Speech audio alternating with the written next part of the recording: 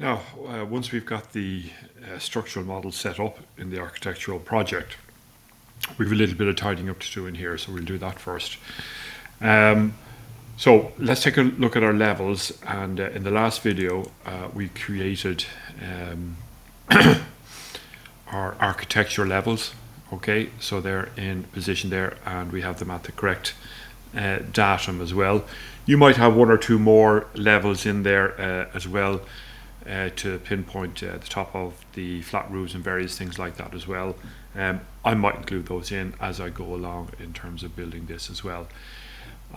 So one of the things I want to do is I want to hide the engineering levels. So how do I go about doing that? So it is VV on the keyboard, over to Revit links here, and so what you're seeing here is the structural model. Okay, S for structure, and the display settings are by host view, and we're going to change that. So we're going to go by custom. Okay, and in the annotation categories we're going to change this to custom, and we're going to come down and find the levels. Now leave the grids for the moment, just turn off the levels. Okay, now so they're off there. Now unfortunately this is kind of view specific, so you'll need to go in and turn off the levels in each of the views, or you can create a view template which has that in already, and I'll just drag these across here now. Okay, and I'll just drag this one back so that they're all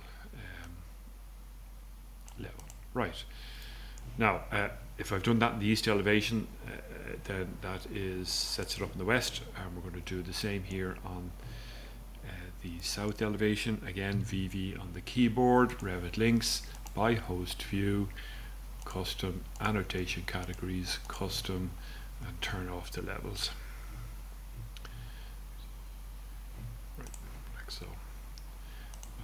And okay, and okay, and then we got those ones there. If you find as you open a view that your structure is disappearing, come straight down here to the detail level and change that to fine, and it'll pop back up. And again, if you're having any trouble, you can always do a shaded as well if you want it. Okay, not that you'd present a shaded view, you won't be doing that. Right, so there's that. These levels, these grids, now we're going to go into the grids. I'm going to do the grids slightly differently. So I want to be able to use the structural grids and the architectural grids, but as you know, they're in that model, so I want to transfer them across into the architectural model. So how do we do that? We do that this way.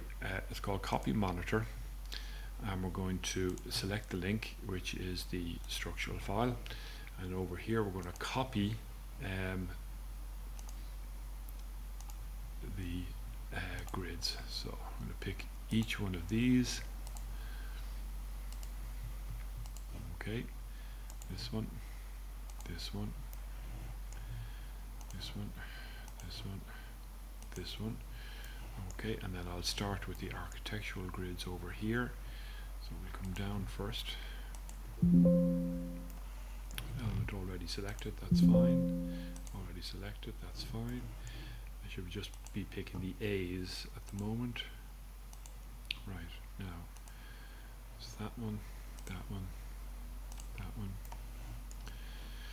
And why am I doing this? Because we're going to be drawing our walls, and we will need to snap to the intersection of those grids. That one is picked already, that one is picked already, that one is there, and I think there's one over here as well.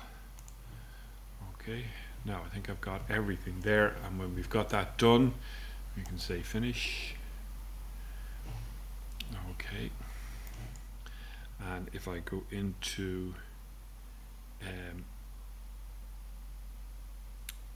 VV again, that is just an extraneous grid, which I don't want. I'm going to get rid of that one too. Alright, VV on the keyboard, Revit links, by host view, custom annotation, custom, and we'll get rid of the grids here. Let's see how we're doing. Now, okay, so I've missed that one there. I'll go back and I'll fix that up. But that's how we get our grids from the structural model into the architectural model. And you might need to go around and just double check and make sure you've got them all set up there. All right.